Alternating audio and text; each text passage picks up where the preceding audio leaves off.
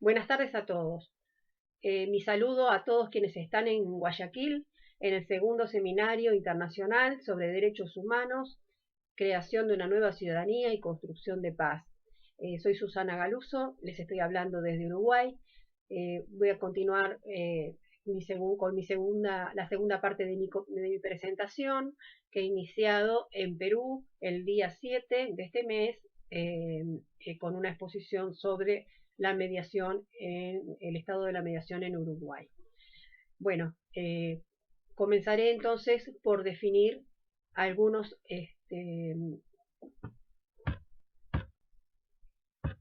me gusta comenzar por las definiciones. ¿Qué definimos técnicamente como justicia? Trataremos de definirlo, podemos decir que es el conjunto de reglas o normas jurídicas que una sociedad organizada crea a través de sus organismos constitucionales para protección de los derechos de sus miembros, dando un marco de relacionamiento entre las personas e instituciones, autorizando, permitiendo o prohibiendo acciones específicas en esa interacción cuya obligatoriedad se impone a toda la sociedad.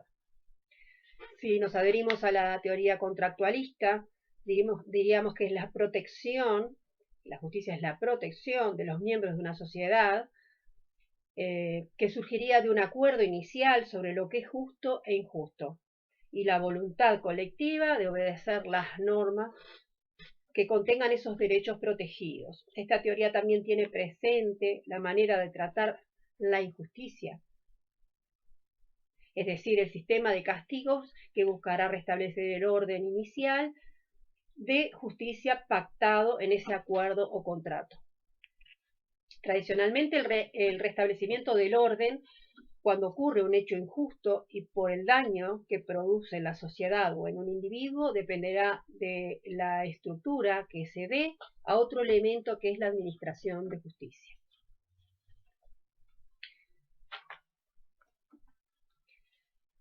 ¿Qué principios podemos destacar en la justicia? La igualdad, el principio de igualdad en un sentido formalmente amplio, la igualdad de todos ante la ley. Nuestra Constitución agrega que no hay más diferencias que las basadas en los talentos y las virtudes. Introduce en este sentido un principio de diferencia. Lo llamamos igualdad democrática. La justicia como imparcialidad toma como hipótesis de estudio la existencia de un acuerdo inicial o consenso de los individuos sobre lo que es justo o injusto. Tomando un criterio utilitario, podemos considerar que la adhesión a ese contrato inicial, donde se decide lo justo y lo injusto, dependerá de los intereses de los integrantes de esa sociedad y de su voluntad de soportar ciertas pérdidas con el objetivo de obtener futuras ganancias. Llevado a nuestro tema, que es la justicia, el utilitarismo permitiría que el mayor número de personas de un colectivo social puedan recibir los mayores beneficios distributivos de sus derechos contractualmente aceptados. En el desarrollo de esta teoría se ha podido observar que hay un sector de ese colectivo social que queda desde el inicio fuera de la distribución de beneficios, es decir, que al aceptar que un mayor número se beneficia, también estamos aceptando que una minoría no se beneficia. Pasemos entonces al concepto de igualdad formal, al de igualdad de oportunidades. Acá podemos incorporar otro concepto que es la equidad. La equidad es un valor, es un sentido social, es la constante búsqueda de igualdad, de asegurar a todas las personas condiciones de vida y trabajo dignos e igualitarios. Es lo que llamamos igualdad de oportunidades. La equidad busca, pues, el desarrollo humano, la valoración de las personas sin importar las diferencias que puedan existir, sean culturales, sociales, económicas, de género, etc. La justicia como equidad. La equidad va más allá de la igualdad de todos ante la ley. La equidad la entendemos hoy en día como elemento integrante de la justicia. La equidad se refiere a la igualdad de oportunidades, de un sistema de pesos y contrapesos que adecue la llegada de las personas a instancias de administración de justicia más allá de su condición social, económica, etc. La equidad supone un reconocimiento a la persona en cuanto a sus intereses, necesidades y aspiraciones. Este reconocimiento significa una evolución sustancial no solo en el concepto de justicia, sino también en el concepto de igualdad. En el concepto de equidad, las normas y reglas creadas con carácter general deberán aplicarse al caso concreto individual y ajustarse a ese caso concreto e individual. El concepto de equidad está más cercano a lo que cada uno pueda obtener, lo que necesita en base a sus derechos, pero también a sus necesidades e intereses. La mirada del otro como una individualidad. Claro que las normas son de carácter general y en eso se basa el sistema de justicia, en el concepto de igualdad. La equidad viene a ponernos frente a frente con el ser humano, con el individuo, la persona y sus necesidades. Allí estamos más cerca del tema de efectividad en el reconocimiento de los derechos que en el de igualdad de todos ante la ley. La eficacia de la justicia, llegando al universo de ciudadanos marginados, vulnerables, etc. ¿Qué es el acceso a justicia? Porque estamos hablando del acceso a la justicia como la justicia oficial de un país. Y ahora vamos a introducirnos a un término un poco más moderno, que es el acceso a justicia. Acceso significa llegar, llegada o acercamiento a algo. Posibilidad de llegar, el camino que nos permite entrar a un lugar. En el tema que tratamos hoy es el camino que nos permite entrar a la justicia o de llegar a lo que se conoce como justicia y que se concrete en mi necesidad de justicia. Determinar cuáles son mis derechos y qué es lo justo en esta situación. La posibilidad que tenemos las personas de recurrir a organismos especializados creados por los sistemas estatales que determinarán cuáles son los derechos que nos protegen nuestros intereses y en definitiva nos indicarán qué es lo justo y lo injusto. Y esa posibilidad de llegada a la justicia, ¿de qué dependerá? Podemos distinguir entre posibilidad formal y posibilidad real del acceso. Sin duda puedo decir que la posibilidad formal de acceso tiene garantía constitucional y legal extensa en mi país, así como en todos los países democráticos de Latinoamérica. Viene ligado al principio de igualdad. Más ese derecho fundamental en que se han sostenido los estados modernos, tenemos que estudiarlos de la posibilidad real del acceso a justicia. ¿De qué depende? En la 14ª Cumbre Judicial Iberoamericana realizada en Brasilia, se establecen 10 reglas de Brasilia sobre acceso a la justicia de las personas en condiciones de vulnerabilidad. La extensa y prolífera legislación nacional e internacional de los últimos 100 años ha determinado que se amplíen los derechos reconocidos por los estados a los individuos. Pensemos en los derechos reconocidos por nuestras cartas constitucionales, por las normas laborales, los tratados internacionales, convenciones de derechos humanos, etc.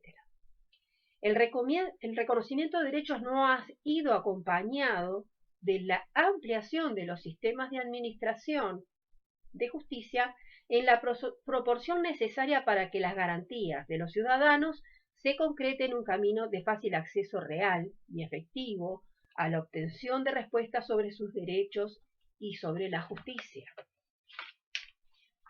Esto no quiere decir que se necesiten únicamente más juzgados, sino también la promoción de variados métodos de resolución de conflictos que acompañen el sistema de justicia y aporten un elemento educativo a los ciudadanos, principalmente en la autocomposición y gestión de sus conflictos.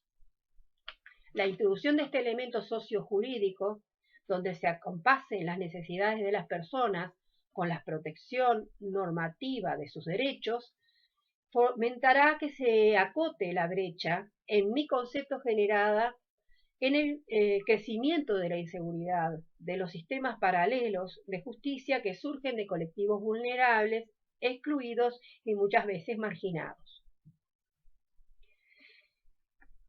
Y volvemos a situarnos en la posición original, donde nuevos colectivos sociales, sintiéndose en igualdad de condiciones, volverán a formar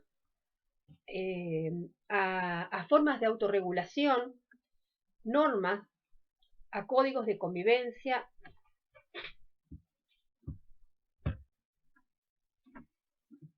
el reconocimiento de derechos no ha sido acompañado de la ampliación de los sistemas de administración de justicia, en la proporción necesaria para que las garantías de los ciudadanos se concreten en un camino de fácil acceso real y efectivo a la obtención de respuestas sobre sus derechos y sobre la justicia.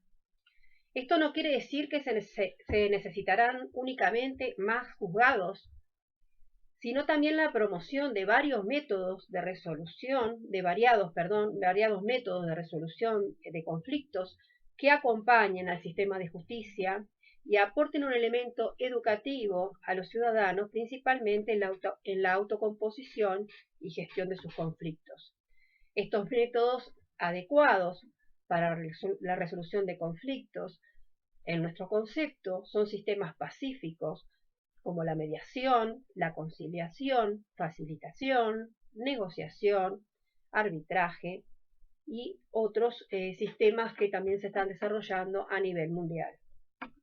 La introducción de este elemento sociojurídico, donde se acompasen las necesidades de las personas con las protecciones normativas de sus derechos, fomentará que se acote la brecha, que se achique esa brecha, que en mi concepto genera el crecimiento de la inseguridad, de sistemas paralelos de justicia que surgen de los colectivos vulnerables, excluidos y muchas veces marginados.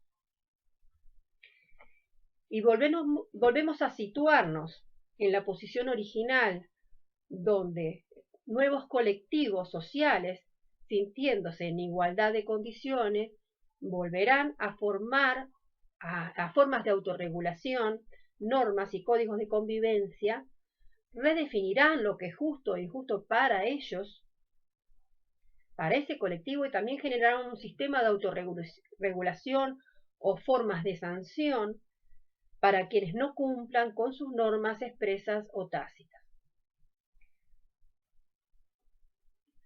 Sugiero que para los fines de esta presentación consideremos estas normas que surgen de sectores disgregados, excluidos y vulnerables, marginados, etc., como aquellos códigos que comúnmente mencionamos como códigos de la calle, código de la delincuencia, códigos de las villas o de los cantegriles o códigos carcelarios, etc. Estos códigos, que tienen una existencia fáctica, corren por vías paralelas a la justicia oficial, se estabilizan a la justicia oficial y provocan inseguridad. Y son excluyentes porque son para determinados sectores quienes se autorregulan de una forma no legal, no ligada a la justicia oficial de un país, sino de una forma paralela. La razón de ser, en mi entender, es la exclusión, la marginación y la vulnerabilidad de estos sectores y estos derechos humanos fundamentales que en todo momento los ciudadanos de los países democráticos están reclamando que los estados protejan sus derechos. Estos sistemas de autorregulación desequilibran, le sacan equilibrio a los procesos judiciales. ¿Cómo revertimos esta situación? ¿Cómo los vamos incorporando nuestros métodos de resolución de conflictos pacíficos y alternativos a la justicia oficial, aunque acompañan a la justicia oficial y integran la justicia oficial, porque se trabaja en forma colaborativa con la justicia oficial. ¿Cómo los vamos a reincorporando un sistema de justicia inclusivo dentro de una sociedad plural? Esa pregunta es muy difícil de contestar, pero lo importante es ponernos a pensar, por lo cual en teoría podemos aceptar que si ampliamos nuestro sistema de justicia, incorporando los conceptos de equidad y desarrollo humano sustentable y otras formas de resolución de conflictos, procesos y métodos que amparen a las personas desde su reconocimiento individual, en sus intereses y aspiraciones, elementos que no son novedosos para los mediadores, como les decía, mediación, facilitación, conciliación, arbitraje, sino que, tienen una base técnica mucho más sencilla de aplicar a los casos de resolución de conflictos y a las personas que tienen conflictos y deseen resolverlo voluntariamente por estas otras vías.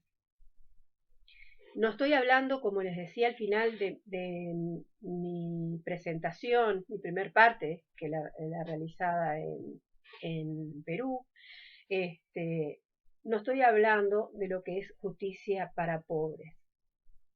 Estoy hablando de una justicia inclusiva, que pueda, estos métodos de resolución de conflictos son apropiados en la actualidad para dirigirlos a toda la sociedad, no solamente a sectores vulnerables, marginados, ni que sea una justicia de pobres.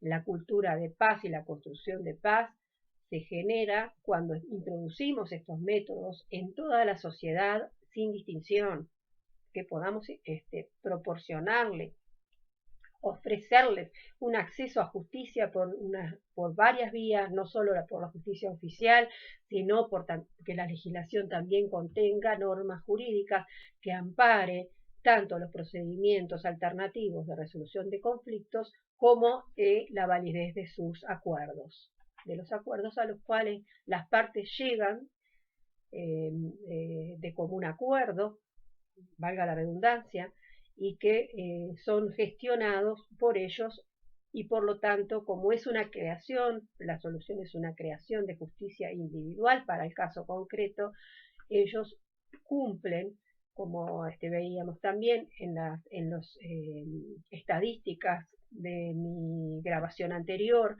en Uruguay se llega a una cantidad de un 95.8% de mediaciones que terminan con un acuerdo en los centros de mediación del Poder Judicial de mi país, y esto lo pueden ver en la página del Poder Judicial, www.poderjudicial.gov.uy. Allí están las estadísticas de las mediaciones y nos indican que hay desde el año 96 a la fecha, han subido desde un 70% a un 95.8% de acuerdos que terminan de mediaciones, que terminan con un acuerdo. Otra definición que me interesa hablar de ella es ¿qué entendemos por un derecho humano fundamental? Decimos que el acceso a la justicia es un derecho humano fundamental. El reconocimiento del acceso a justicia como derecho humano fundamental nos lleva a sus características. La podemos obtener en la Declaración Universal de Derechos Humanos. ¿Y qué características dice la Declaración que tiene el acceso a la justicia como derecho humano fundamental? La universalidad,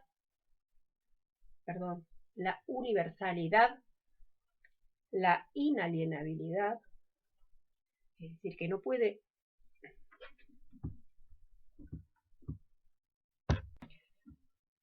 Continuando con las definiciones, y así vamos progresando en el desarrollo de esta presentación, ¿qué entendemos por un derecho humano fundamental?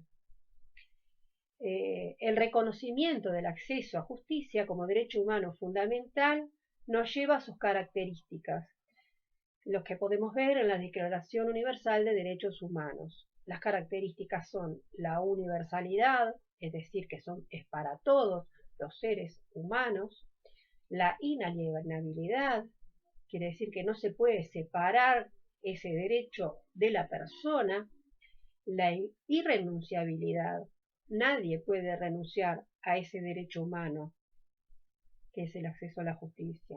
Son intransferibles, yo no puedo transferir a otra persona mis derechos, son míos, propios. Son imprescriptibles, duran toda la vida del ser humano. Cada persona durante toda su vida tiene que tener resguardo de sus derechos humanos, son su fuero, son nuestros propios fueros individuales. Son imprescriptibles, como les decía, y son también indivisibles.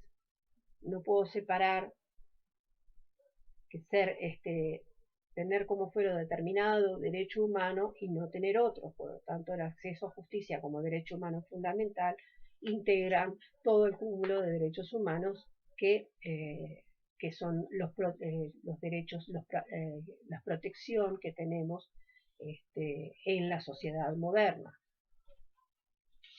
La protección de ese derecho también es un tema a tratar muy importante, porque el orden jurídico debe garantizar esos derechos.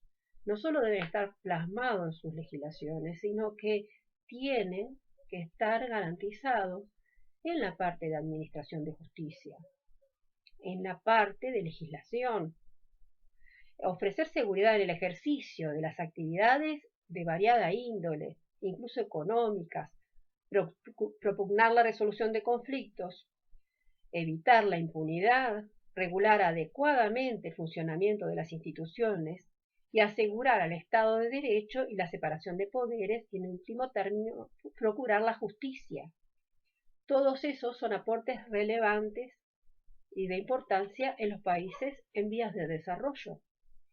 Una referencia especial merece la función pacificadora que la Administración de Justicia está llamada a cumplir en una sociedad, para evitar que sea con base en la autodefensa y en la ley del más fuerte que se dirima las disputas. El Estado asume la administración de la justicia, a fin de asegurar una solución pacífica de los conflictos a través de la aplicación del derecho por instancias independientes e imparciales.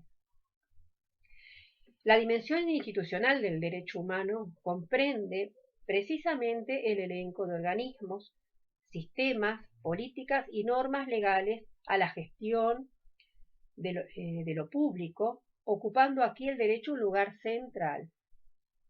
Para ilustrar esta afirmación basta con subrayar la transferencia del Estado de Derecho y de la separación de poderes en las sociedades contemporáneas.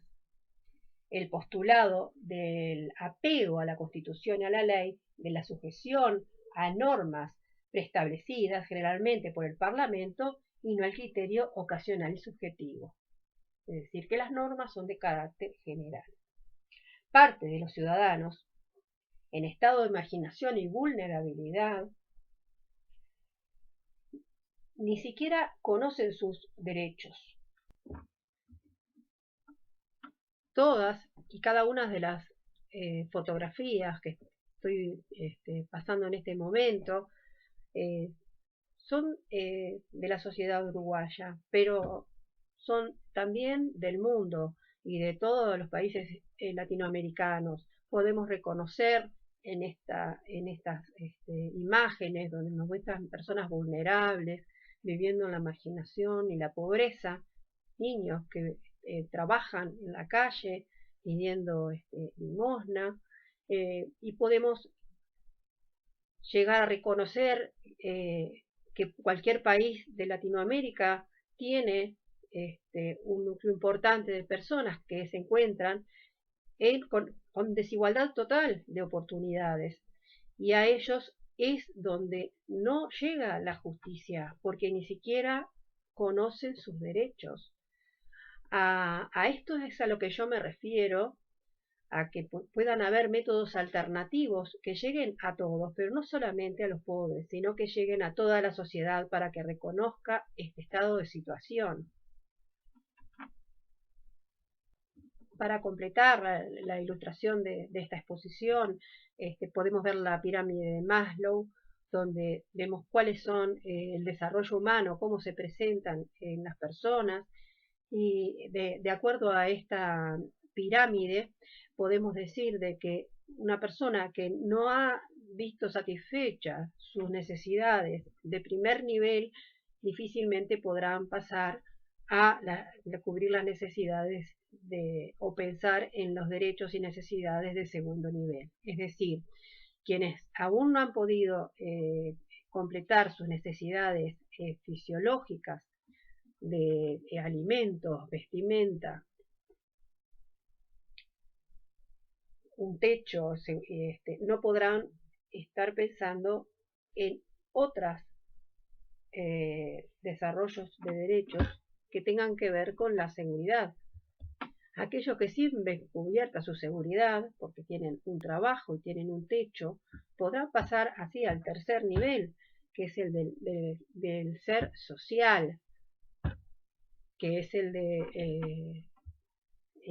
derecho a pertenecer, el sentirse parte del grupo, de sociabilizar, de encontrarse con los iguales y sentirse uno más y sentirse parte de un todo.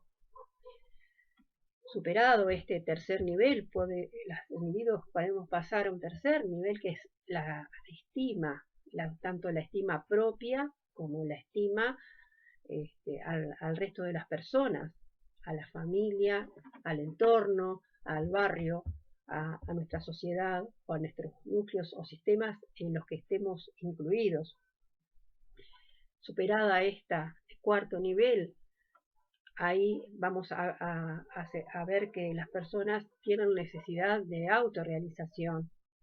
Esa autorrealización es el complemento, es el punto máximo del desarrollo humano. Es cuando la persona, aparte de cubrir sus necesidades básicas, la seguridad, la pertenencia al grupo, la estima propia ajena, se siente autorrealizado y se siente valorado como persona. Me interesa mucho esta pirámide, me gustaría que ustedes la puedan tener.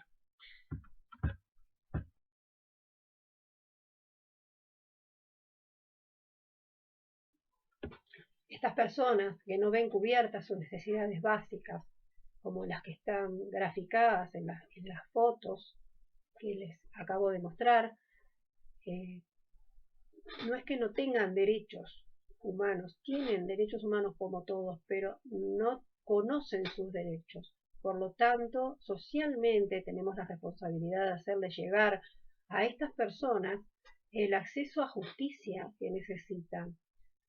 Justicia de tipo social y justicia de tipo que compense su seguridad en la sociedad organizada. Alguien que está excluido y que no tiene conocimiento de sus derechos difícilmente pueda recurrir ni a un estrado, ni a la justicia ordinaria, ni a un proceso alternativo de resolución de conflictos para solicitar que se defiendan sus derechos cuando no está en conocimiento de cuáles son sus derechos. Por lo tanto, me gustaría, como les dije, que ustedes vean nuevamente esta gráfica y que podamos en alguna otra oportunidad seguir conversando sobre ello. Bueno, ha llegado el momento de mi despedida temporánea, si Dios quiere. Bueno, les mando un fuerte abrazo a todos quienes están presentes en Guayaquil, a los organizadores, al Observatorio de Paz de Cereco, al cual tengo el honor de integrar por la invitación de su directora, Mariela Martín Dominicelli. También mi agradecimiento a los coordinadores de este seminario, Freddy Ortiz Nishihara y Walter Fernández, que me han hecho muy fácil la intervención, me he sentido muy a mi agrado el poder concurrir aunque sea con una grabación, a exponer mis pensamientos y mi interpretación de lo que es la realidad social y de cómo podemos involucrarnos tanto los operadores de conflictos, operadores jurídicos y no jurídicos, también las políticas de Estado, y cómo tenemos que involucrarnos técnicamente todos para conseguir que nuestras sociedades sean más justas y menos violentas. Bueno, mi despedida quedó por Skype para cualquier consulta o cualquier pregunta que ustedes quisieran presentarme. Mi fuerte abrazo desde Uruguay y mi agradecimiento por haberme escuchado todo este rato. Un enorme saludo. Muchas gracias.